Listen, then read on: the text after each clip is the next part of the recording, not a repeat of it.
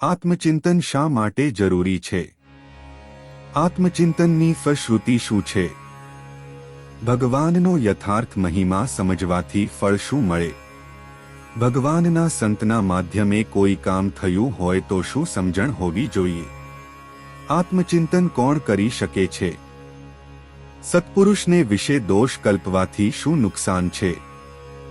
પ્રશ્નના જવાબ માટે સાંભળો સાગર કથા 2 સપ્ટેમ્બર 2024ના અમૃત બિંદુ. વક્તા પરમ પૂજ્ય સદ્ગુરુ શ્રી રામકૃષ્ણદાસજી સ્વામી. શ્રી સ્વામિનારાયણ સંસ્કારધામ ગુરુકુળ ધ્રાંગધ્રા. આપણે ગમે ત્યાં બેસીએ તો આત્મચિંતનની સાથે બેસીએ તો આપણને બેસતા આવડ્યું કહેવાય. આત્મચિંતન સાથે ચાલીએ તો આપણને ચાલતા આવડ્યું. કોઈ પણ ચીજ વસ્તુ પદાર્થ મનુષ્ય કોઈ પણ એની સામે જોઈએ આત્મચિંતન સાથે તો આપણને જોતા આવડ્યું કહેવાય. કોઈના મુખ કમળથી અમૃતનું આચમન કરીએ પણ જો આત્મચિંતન સાથે કરીએ તો આપણને શબ્દ સાંભળતા આવડ્યો કહેવાય. સંત સ્વરૂપે પરમાત્મા છે તો પરમાત્મા તે સંત દ્વારા ગમે તે સંદેશાઓ આપણને આપે એટલે તુરંત જ અભાવ આવે કે આવા મોટા કહેવાય છે એને આટલો રસાસ્વાદ કે આ તે બધું કારણ કે દ્રષ્ટા અને દ્રશ્યના મધ્યમાં આપણું કોઈ આત્મચિંતન નથી એટલે આપણી દ્રષ્ટિ તો એ જ વસ્તુ પકડે. પછી જીવ તે સત્પુરુષને વિશે જેવા દોષ કલ્પે છે તે દોષ તો પુરુષોત્તમ નારાયણના કલ્પ્યા છે, તે સંતના નથી અને જીવ નિસ્તેજ થઈ જાય. આત્મચિંતન ન કરી શકે, પોતે પોતાનું ન જોઈ શકે અને પોતાને ઘણો બધો જ્ઞાની અને શ્રેષ્ઠ માને. ચાહે તેવા પોતાના ખરાબ સ્વભાવ હોય પણ જો ભગવાનને અત્યંત નિર્દોષ સમજે તો તે પોતે નિર્દોષ થઈ જાય છે. આત્મચિંતન જો ચાલતું હોય તો તે પ્રભુ તરફથી કોઈ મોટા પુરુષના માધ્યમે સંદેશો મળતો હોય તો એ સંદેશાને પોતે અમૃત માનીને ગ્રહણ કરતો હોય છે કારણ કે પુરુષોત્તમ નારાયણ મુક્ત દ્વારા સંદેશા મોકલાવે છે અને એ સત્પુરુષ રેડિયાની જગ્યાએ છે. એ સત્પુરુષને જે તત્વ અવાજ આપે છે તે અભિવ્યક્ત કરે છે. એ નથી બોલતો, એમાં ગાનારો જુદો છે, માટે એ અક્ષરધામના મુક્ત છે. એ કોઈ મનુષ્ય નથી. એનો અહીંયા જન્મ થયો, ઉછેર થયો, અહીંયા ભણ્યા, આ કર્મભૂમિ એ તો બધું ખોટું તંત્ર છે. એને જન્મ મરણ જ નથી. ઠાકોરજી મોકલતા હોય એટલે મહાપુરુષ આવે ત્યારે આ લોકની બધી જ યથાવત વ્યવસ્થા કહેવાય ને બાળ યુવા વૃદ્ધ એ સેમ બધું દેખાય એટલે આપણે ઓળખી શકીએ નહીં.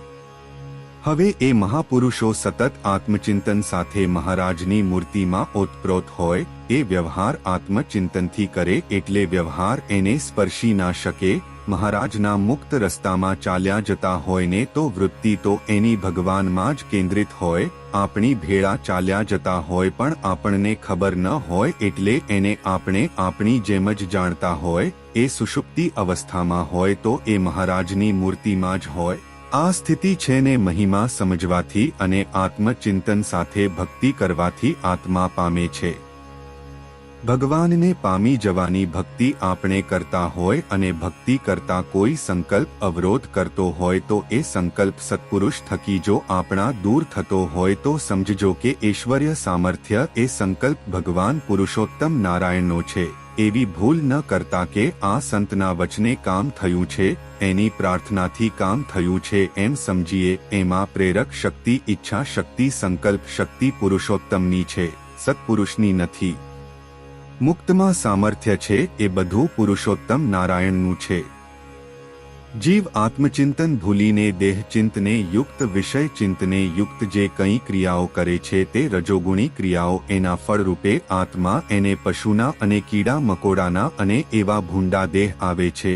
માટે દેહાત્મક ચિંતન, વિષય ચિંતન, રાગ ચિંતન, અપેક્ષા ચિંતન યુક્ત કરેલું કોઈ પણ કર્મ છે તે રાજસી અને તામસી બને છે.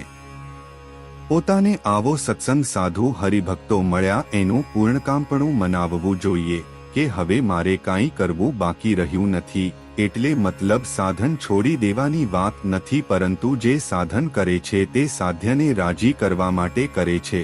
એની સાધન કરવાની શ્રદ્ધા ભરોસો અતિ વૃદ્ધિ પામે. શાસ્ત્ર વાંચીએ તો આત્મચિંતન સાથે વાંચીએ.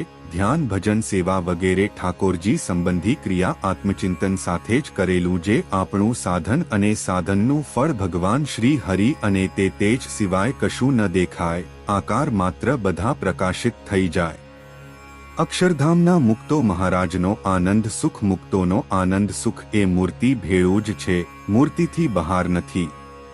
આત્મચિંતન સાથે પોતાનું જીવન જીવતો હોય અને આત્મચિંતન સાથે પરમાત્માની ભક્તિ કરતો હોય, આ લોકના વ્યવહાર કરતો હોય, આ લોકની જવાબદારી નિભાવતો હોય, એ વ્યવહારરૂપ ન થઈ શકે, વિશ્વરૂપ ન થઈ શકે. ધ્યાન ભજન માળા અનુષ્ઠાન આ બધું કરતા હોય પણ આત્મચિંતન નથી એટલે આત્મા જુદો પડતો નથી અને માયાના ટોળા ભેગો ખંડાય છે.